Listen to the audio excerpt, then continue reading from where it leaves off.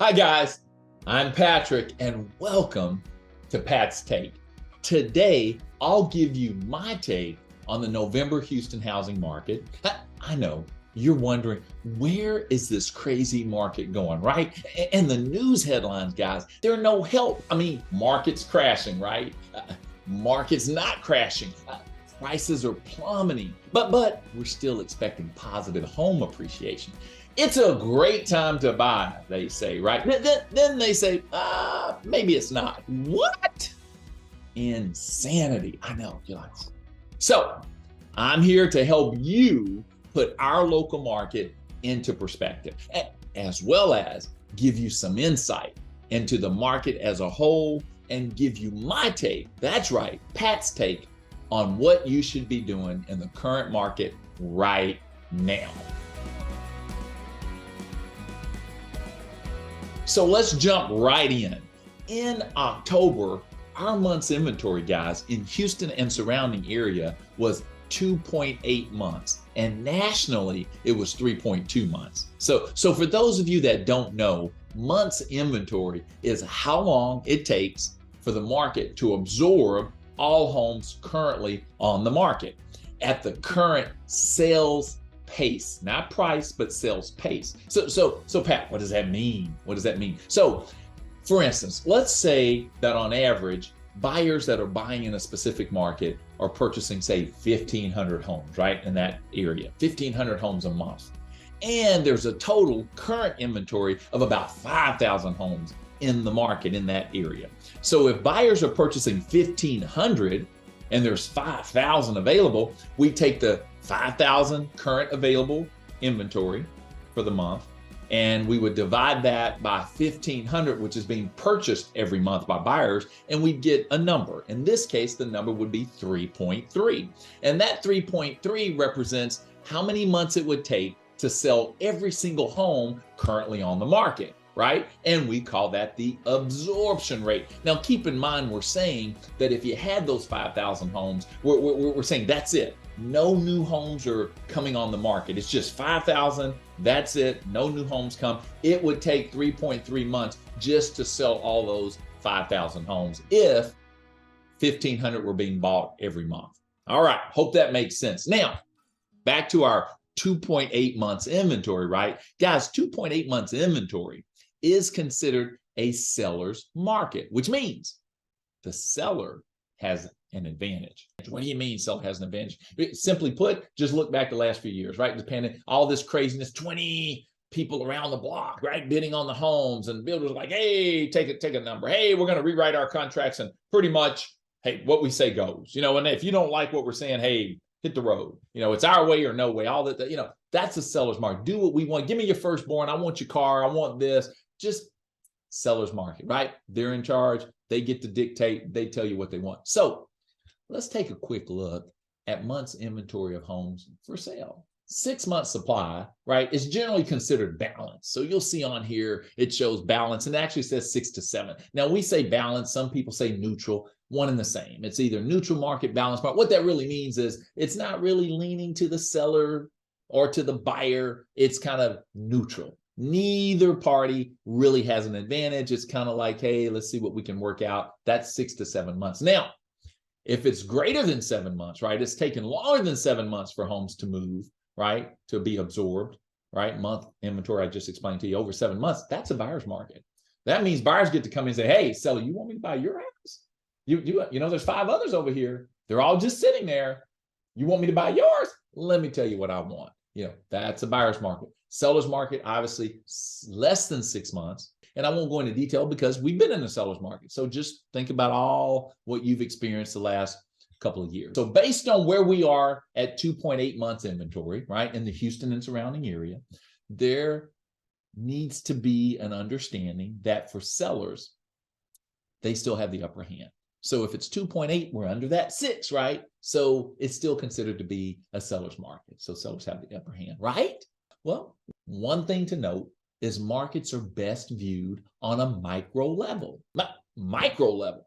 What does that mean? What I want you to understand is micro, instead of looking at what's going on everywhere else, you need to look in your specific area, your neighborhood, your little neck of the woods, as they say, just your subdivision, what's going on right around you. Micro, bring it in and look at what's right here. You may need to get some advice and recommendations from people that are familiar with your micro local market. That's what we mean. So even though in general terms, we're still in the seller's market, the neighborhood that you may be looking buyer to purchase in, or you may be thinking about seller to sell in, might have already transitioned, right? You may not be in a seller's market anymore. You may already have transitioned because you keep hearing people say shift, right? We are shifting to a buyer's market, but as we shift from seller to buyer, we hit this part that's called balance neutral. So you may have already transitioned to a balance neutral or even a buyer's market. So let's take a quick look in Houston and surrounding areas to see what's been happening so far this year. If you take a look here, you can see that our prices peaked in May, right? And started to decline thereafter. So look at May. May we peaked at what? What do you mean peak? Well, if you look at January, we had 377,738, right? And then February went up a little bit, 395. March went up a little more, April a little more. And then May, 440, 670. My goodness, that's the average sales price of a single family home. Look at June. What happened? Started to go down. Look at July. Went down again. August, September, October. You get the message, right? So that's why we say we peaked in May and we started to decline thereafter. Now, in my professional opinion, guys, because I get asked this all the time, well, what do you think, Pat? Why did that happen? What do you think? Well, my professional opinion regarding the price decline is heavily weighted on the fact that interest rates began to rise the first quarter of the year.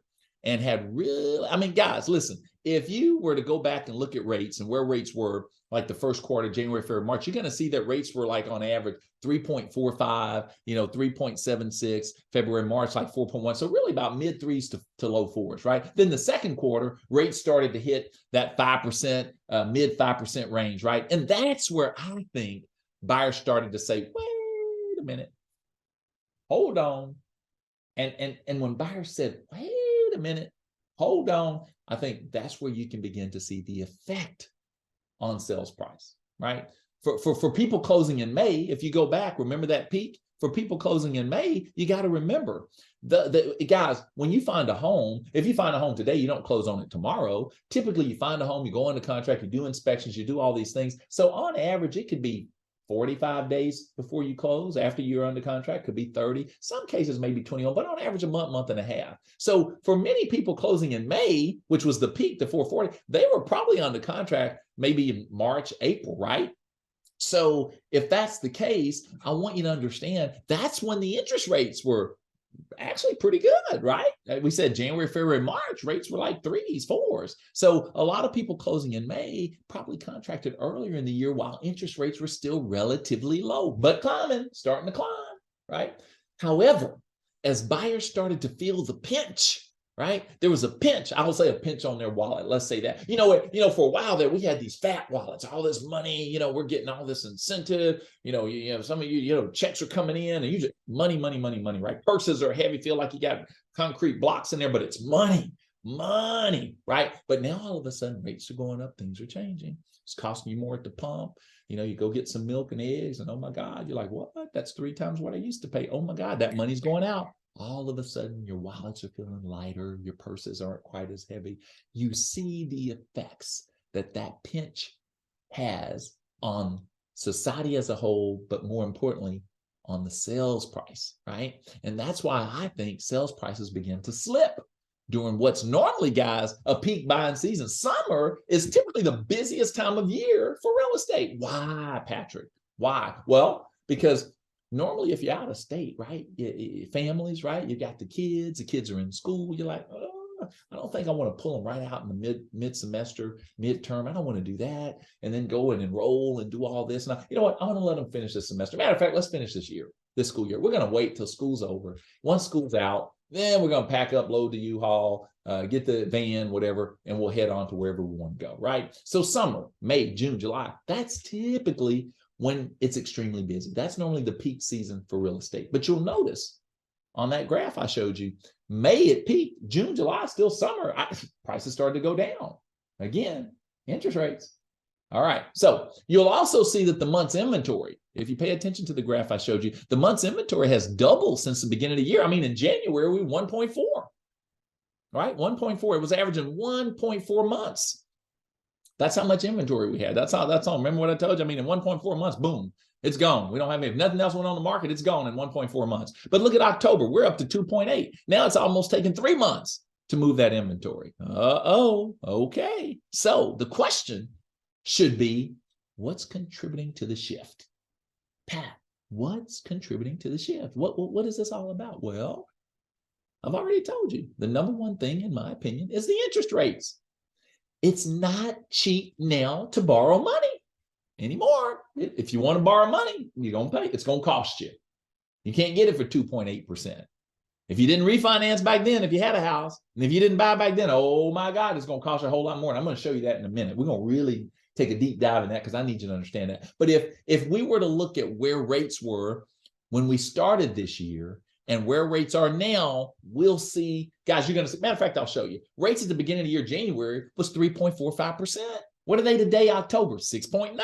6.9. That's over 3 points. That's a 3-point increase. That is significant, guys. It's huge. To put this in perspective, if you purchased a $350,000 house, let's use that. Let's just say that. You purchased a $350,000 house, right? We're going to do our calculations here. And if you purchase that $350,000 home in January with a 3.45% interest rate, right? So let's plug that in here. And let's just say you had a standard conventional. This calculator is showing it's conventional, right? Because there's different types, FHA, VA, but we're going to say conventional with a standard 5% down. Your principal and interest. So we're just going to look at P&I, principal and interest only. We're not factoring in insurance and taxes and all that. Just very baseline principal and interest. You would have paid $1,483.81. Y'all jot that down. Remember that number, 1483. Magic number. That was the beginning of the year. If you bought a $350,000 house, just principal and interest only, it would have cost you $1,483.81 a month with 5% down conventional 3.45 on a 350 house. All right, y'all wrote that down? All right, now let's fast forward to October, right? So in October, we said rates was what? 6.9, that's right, 6.9%. But let's assume, we're going to keep it simple. Let's assume we're still trying to buy the same house, right? So we're still buying that $350,000 house. Let's see what happens to our P&I. What happens to our payment? We were at $1,483. Where are we now? Whoa! $2,189.85. Patrick, that's a $706 monthly increase. I know. That's why I'm showing it to you. I told you I was going to give you an update. Guys, that same house today will cost you $706 more a month. Understand, that's just based on the interest rate. Nothing else has changed. That's just interest rate fluctuation. That, to me, is the number one reason that's driving the market shift.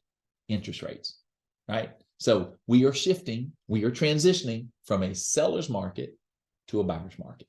Of course, guys, there are other contributors, right? People say, Mr. Patrick, I mean, it's not just interest rates, right? No, I mean, there are other things, but I think interest rates is the number one thing. But let's touch on some of the other things. Recession, there's talk of recession. Actually, some people say we're in recession. We're in it right now, right? It's happening, right? So recession, economic uncertainty. Oh my God, am I going to have my job? Am I going to lose my job? What's going to happen? Ukraine, the war, there's all kind of stuff, climate change. I mean, oh my God, the wildfires are flooding to this. I mean, stuff's happening all around us. Economic uncertainty, inflation. I don't need to talk about it. Inflation is real. Everybody gets it now. It's here. It's been here. Go to the gas pump, go to the grocery store. I mean, some of you are paying 2-3 times as much, just to get the basics, just to get some eggs, milk, just basic stuff. Inflation, it's costing. Fed's, Powell's trying to get it under control. They're trying, right? Last few times we met, 4 or 5 plus times, what we've been seeing that Fed rate, which is different from market rate, but we've seen the Fed rate go up 0.3 basis point, 0.75, 0.75, 0.75 each time, right? Inflation, they're trying to get it under control. We'll see. Job insecurity, mentioned that earlier, etc. So yes, there are other contributors, other factors, but Pat is telling you interest rates to me is making the most impact. And that's why the Feds are honing in on that. They know. That's why they're focusing on that. So since homes now cost more, and I don't mean cost more in terms of price, I mean cost more in terms of payment. I just showed you that. Price was the same, $350,000. Price didn't change. But look at the payment. you bet your bottom dollar, the buyer that bought in January is paying $1,483 with a 3.45 interest rate. That same house in October cost the buyer $2,100 plus dollars. So see, the price didn't change. So guys, don't get too focused on price, right? The interest rate, the payment changed, but that's still the same house. It's affordability. It still impacts the cost of ownership. So let me show you something, guys. Let me show you something. Take a look at this. So here, I want to show you guys a graph that compares October 2021 to October 2022. We call that year over year comparison, right? I mean, look at October of 2021, you'll see that our active listings was 25,694, right? But look at 2022, it went up. Active listings mean on the market for sale. We've got 36,751. That's over 10,000, right? That's a 43% increase. So we have more homes coming to the market. But let's look at our total property sales, right? What do we see there? In 2021, October, we had 10,644. This year, we had 8,223. What does that say? Went down by 22.7% year over year. Not only do we have more homes coming to the market, we have fewer homes being absorbed, purchased from the market, right? That's because buyers are not happy about these higher rates. As this continues, guys, and I think it will, you're going to see more inventory, fewer sales, and that to me is going to push us closer and closer to that buyer's market, that shift that we're talking about, right? And some people say, well, Pat, what do you think? Is that a good thing? What do you think? Absolutely, in my opinion, absolutely. I think it's a great thing. Why? Because a lot of buyers were just shut out of the market, guys, in the last couple of years due to the bidding wars. Y'all know, you heard about it. It was all over the news. Oh my God, bidding wars, right? Yeah, low inventory. And we had pandemic and institutional buyers, right? What is it, Pat? What is pandemic institutional buyers? Pandemic buyers, right? This is a pandemic buyer. They're working, you're at your job, everything's great. All of a sudden, doors closed, no more coming to the office. Attention, attention, everybody, work from home. You're like, okay. Now you're at home and you go home and you find out, well, honey, your partner, whoever's living in the household with you that's working, all of a sudden they got the same notice. Everybody's working from home. You're like, wait a minute, but we don't have an office at home. We only have this one room.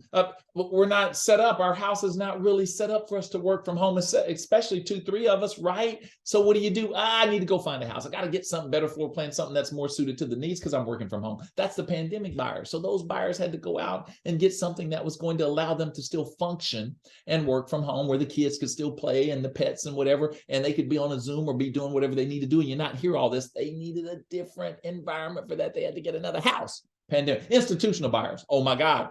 These are our institutions, our big corporations, our company that like to invest. Most of them were investing in multifamily, right? They like to keep all those doors under one roof. They were like, oh my God, 18% appreciation. Are you kidding me? That all happened in the last year. I want a piece of that. So they took those deep pockets with those millions of dollars that they have, and they went out and they started saying, hey, I'm going to buy it. I'll buy it. I'll buy it. I'll buy it. I'll pay cash. I'll close in 2 weeks. I've died. Don't worry about inspections. I'll do this. I'll do.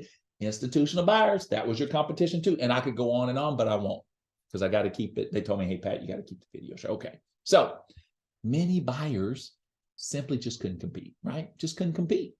So now let's be real about this though for a minute, right? Low rates didn't just create a frenzy in the housing market, right? I'm talking about housing, but I need y'all to understand rates affect everything, all markets, everything. A lot of stuff is impacted by interest rates. So think about it. Let's talk about something I think all you can relate to. Cars. We all drive cars, right? Let's talk about that. How many of you were able to purchase a car in the last year or two without paying a premium?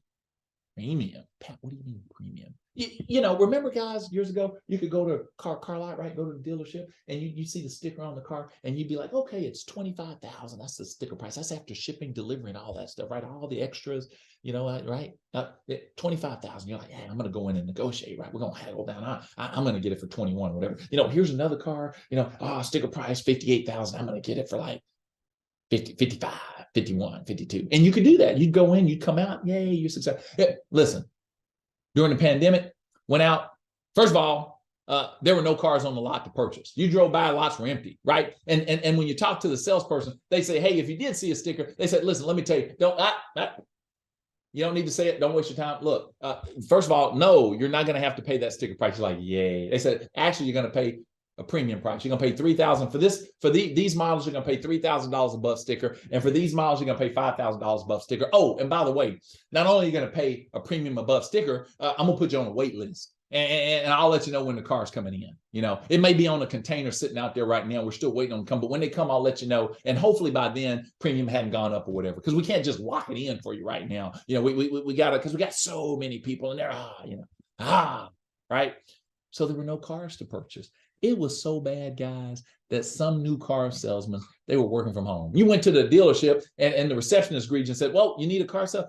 Here, I'll have so-and-so call you. They were remote car sales. Go figure. Absolutely unheard of. There's been a lot of things happening that was unheard of. But let's get back to the market update. So what now, Pat? What now? Well, now buyers are quickly gaining the upper hand, and sellers are at the mercy of these buyers, right?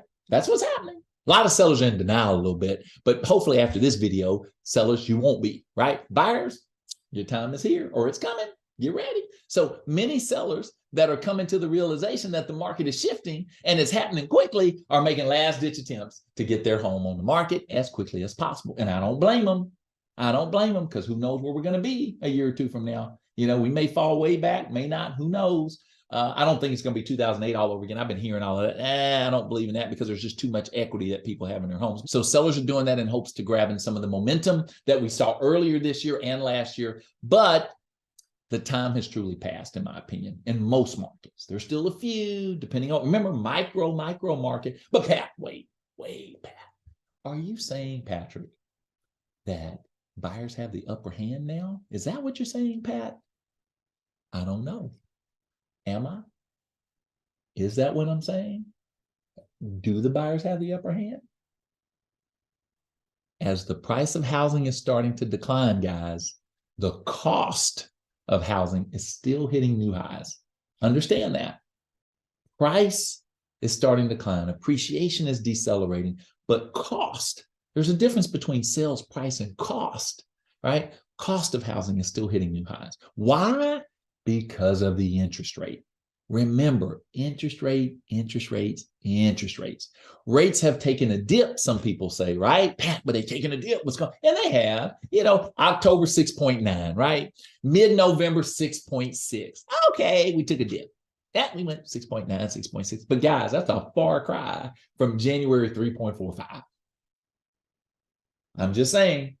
Okay, like I said, I like to keep it real. Now, sellers, I want to talk to you for a minute. So sellers, a lot of you are starting to come to terms now, right? That in order to get buyers to purchase your homes, what do you have to do?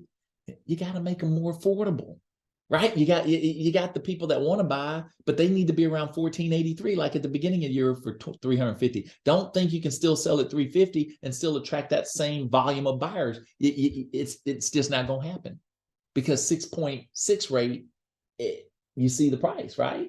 That's what we're talking about. So what does that mean, sellers? What am I telling you? Easy, one word. Discounts. That's right, discount. And some of them are going to have to be pretty steep. Pretty steep. Let me let the sellers wrap their head. Y'all sellers, take that in for a moment. I know that's tough. I know you don't like to hear it. I tell everybody I don't do fluff. Everybody that knows me, that Pat doesn't do fluff. So you need to hear. Listen, if you want someone to tell you what you want to hear, make you feel good, then definitely don't need to listen to Pat's take. And, you know, there's plenty of agents out there just tell you whatever. That's not what I'm going to do. If you're coming to us as professionals, you want us to give you our advice, our recommendations, our suggestions on the market, where it's at, et cetera. You don't need us to put signs in front of your house, and you darn sure don't need us to open doors. You need us to help you understand the market. And that's what you're going to get here. So guys, sellers, you need to get your head around discounts. Builders are already doing it. I mean, we've got builders out there, guys, 15, 20, 30 plus thousand off the price. They're paying for buy downs. They're actually paying for the buyers to get a lower rate, and they're covering closing costs. I'm not saying they're all doing it, but we are definitely seeing a lot more of that. They're giving BTSAs, all kinds of stuff. So just to help you visualize this a bit, right? Let's take a quick look at what price a home would have to sell for today at that 6.6, 6.9, right? We'll do the 6.6. But what would a house have to sell for today to match the payment that someone would have gotten earlier in the year when the rates were 3.45, right? And we're going to use the same example from before. Remember that P&I where we had the 1483? I told y'all to jot it down for that $350,000 house, right? Remember that? And remember, it was a conventional loan. So I'm going to pull up the calculator here. So remember, conventional loan, 5% down, right? 6.6. Let's use the 6.6 because that's where we are now, mid-November. So that seller would have to reduce their price to around what? Let's see, guys. Let's take a look. Let's do a few examples here. So we got our calculator. All right. So we got 350. This is the standard, 5% down. All right. But let's change the interest rate, 6.6. So, okay. So that gives us a P&I monthly payment of, remember, $2,123.54, $2,123.54. I mean, that's a pretty significant increase from that 1483, right? But let's keep going because we're trying to figure out, well, what price do we have to get at to get to the 1483? Okay, let's see. So how close can we get? All right, 1483. What price do we need? Let's try 300. All right, nope, okay, what does that give us? 1820. Okay, we're still off. All right, what about 275? Okay, we're still off. That's 1668.50. Okay, how about 250? Okay, almost there. Okay, let's see. Let's try 245. Ooh, okay, that's close. Let me do a simple tweak. 240. Let's do 244.5. How about that? There we go. Presto. That's the magic number. 244,500. A seller would need to sell at 244.5 today to equal the same payment of 1483 that a buyer would have been able to get in January. Keep that in mind. That's based on the 6.6 interest rate. Do you guys understand the impact of interest rates? Are y'all getting this? Do you see this? 244.5.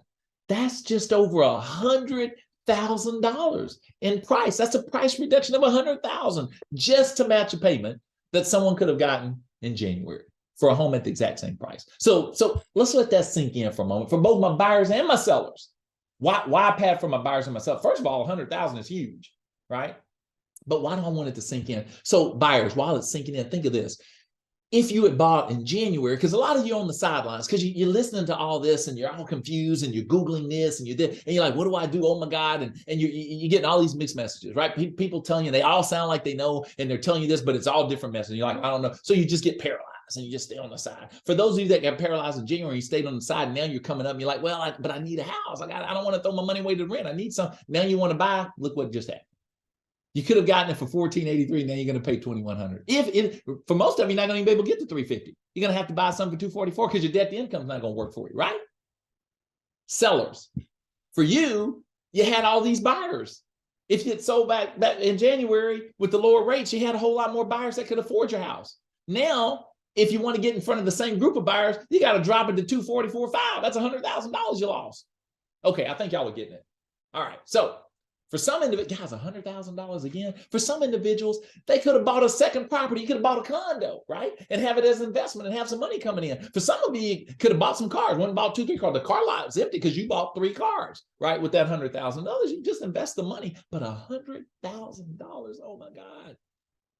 Now you got to spend an extra $100,000, or you got to give up an extra $100,000 if you're a seller, right? Spend it if you're a buyer. That's a big deal.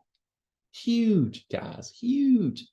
But regardless of the rates, guys, regardless, rates go up, rates go down, stock market is, up, down, everything's cyclical. Regardless of the rates, understand transactions still need to happen. There's still people that need to sell, and there's still people that need to buy. Life goes on. That's the part when I get the phone call, I tell everybody when I'm doing this update, I was like, hey, I'm going to be me. If I'm going to do it, it's going to be Pat's take. This is my take. Guys, regardless of rates and all that, life still happens. Rates does not stop life, right? What do you mean life? Some of you, your job's going to relocate you.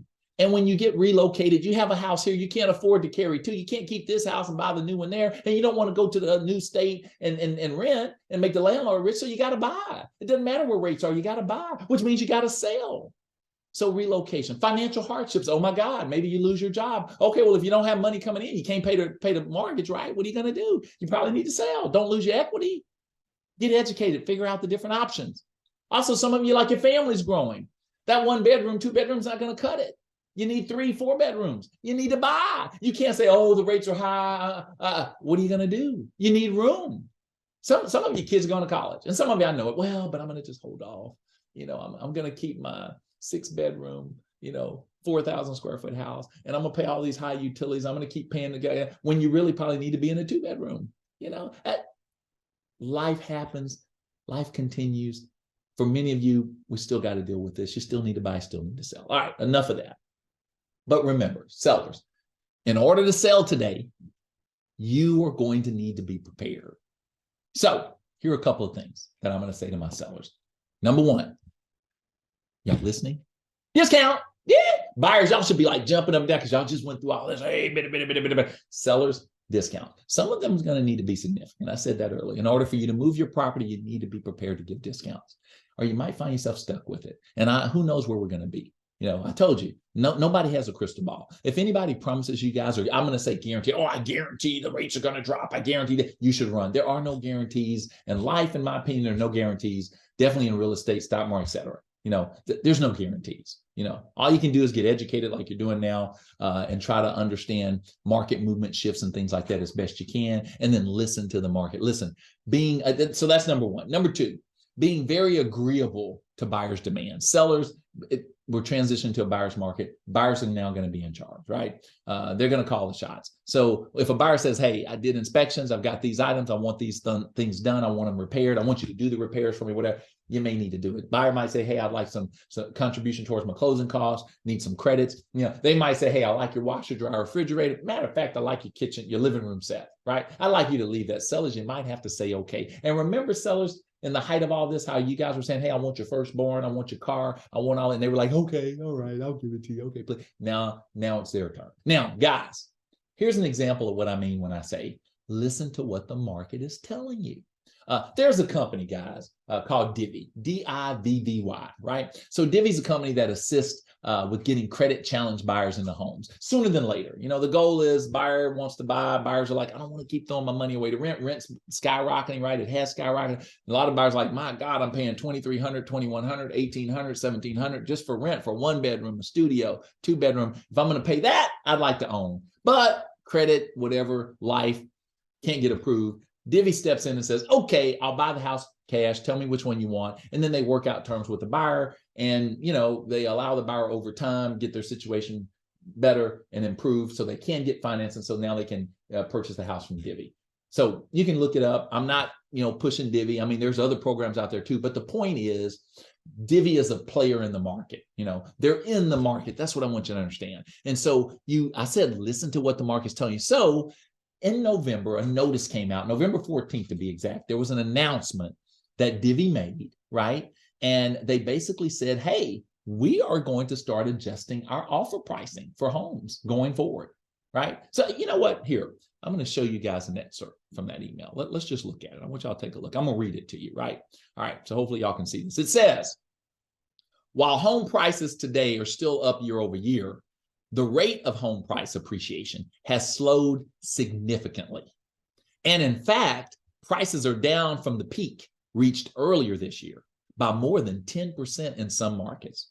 While the pace and severity of the decline will vary by market, we believe that home prices are likely to decline another 5 to 15% over the course of the coming months. In light of this, Divvy is planning to bid more conservatively, right? They're going to bid more conservatively on homes, like likely 10 to 20% below the list price, depending on the market. Okay, remember I said micro? That's what they're saying, depending on where. So they're letting you know this is what we're planning to do, but it may vary, depends on the market. But guys, this is what I mean. Listen to the market. These guys are players. They're paying cash. They're like those institutional buyers. They're buying homes, and this is what they're saying. That's an indication. Guys, I told you earlier, we got builders discounting properties.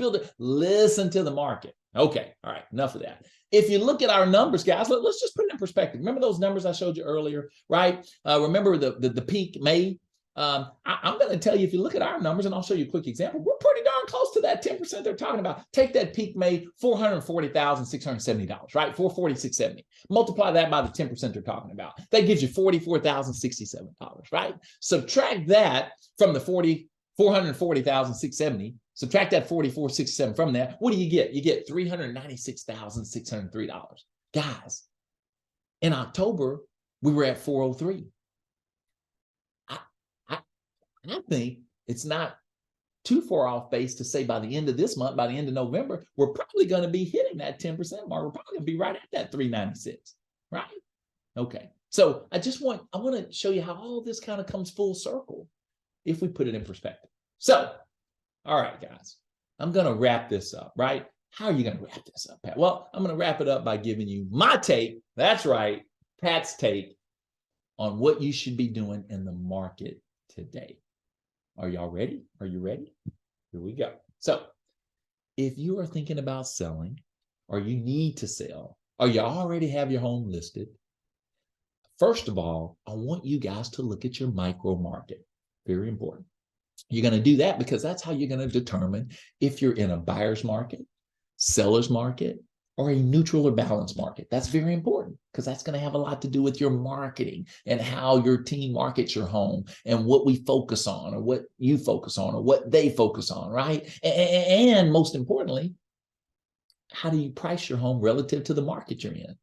That's going to be very important. All right. Now, so if you're in a buyer's market, understand you might be looking at a deep discount. You may have to significantly discount your property. You might have to throw in your family car. You might have to give your firstborn just in order to move your house. Remember what happened not that long ago to the buyers. That's what they had to do. Now it's your turn. Hopefully you're not there yet. If you're not, then there's still some opportunities, but you got to think fast, got to be smart, listen to what the market's saying and act. Don't procrastinate, right? If you're still in the seller's market, list your home ASAP. Right away. Don't procrastinate. Get on it. Because in my opinion, guys, that is quickly going away. We're transitioning, we're shifting, and you blink, it's gone. In some places already happened. You don't have time to spare. Got that, guys? Now, if you have your home listed and you're getting offers, now is not the time to be picky. As they say, a bird in the hand is what? Much better than 2, 5, or 10 in the bush. Take the one in the hand. Okay. Now, if you're a buyer, I want to talk to my buyer. So if you're a buyer and you have an ability to buy, capitalize on it, guys. Capitalize on it, right? This is a time. Remember the buyers that was thinking in January and said, and they listened to everybody else and all the goo they were looking at, and they listened, they waited. And then in October, they realized, okay, life said, well, you got to get something. Doesn't matter what everybody else saying, you got to get something. And then they're like, well, okay. Then they went to get some, we're all together. We're with parents. We're all living together. You know what? We need 2 kitchens. My wife and my mom, they're not getting, whatever it is. I'm just using, these are some of the things I hear. Now you want a house. Now look what happened. Look at the difference in your payment by waiting. So guys, if you're in a position and you're a buyer and you have the ability, you can get approved, capitalize on it. That's my opinion. If you attempted to purchase something in the last couple of years, right?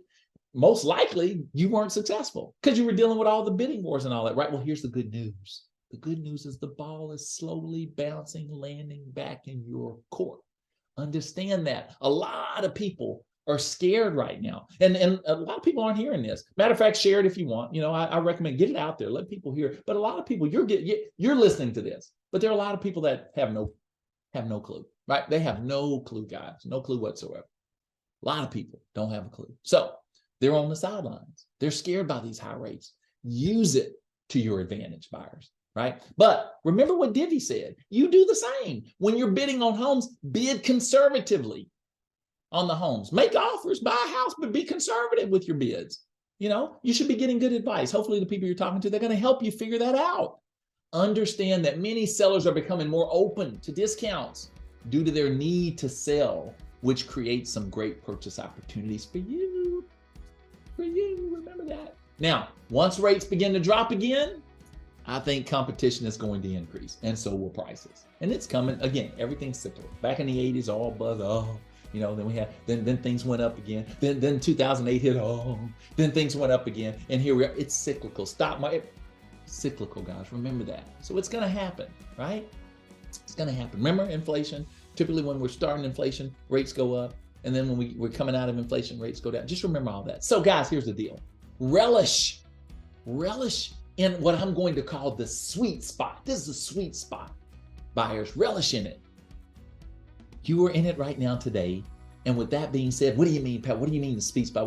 Guys, you got higher inventory. You got more homes to choose from, less competition. There are a lot of people sitting on the sideline because they don't know, they hadn't heard this. They don't get it. No one's broke it down for them in a way that they understand it. The sellers are still like, well, wait a minute, I think I can do that. They don't know, and no one's explained it to them in a way that they can understand. I get that all the time. It's like all this real estate talk, this jargon. It's simple. It's simple. I don't control the market. You don't control the market. The market controls the market. And now, granted, we make up the market, but it's in volumes. It's what we do, how we shift, how we move forward in volumes. You know, it's like voting, right? Okay, anyway, let's keep the politics out. So less competition because there are fewer buyers in the market, and lower prices because the market is in transition. Remember, you can always refinance buyers. You can always refinance when we're in a better rate environment. Don't be afraid of that. People do it all the time. Matter of fact, when rates hit 2.8, tons of people refinance. You can too. Get your house, focus on life. You know, here's the key. I want to say this. Guys, I tell people this all the time. What's the price for convenience worth? What's the price for, you know, the opportunity to be closer to family? What's the price to have a place for your family, you know, more space, a backyard you can personalize? There's a cost for everything. What is that worth to you? Those are some things you need to think about. Remember, information is power. I hope, guys, that I've given enough in this video that you guys feel empowered. Absorb as much as you can. Hopefully you did that. And with that, guys, I'm going to say thank you. Thank you, thank you for tuning in to Pat's Take. See you next time.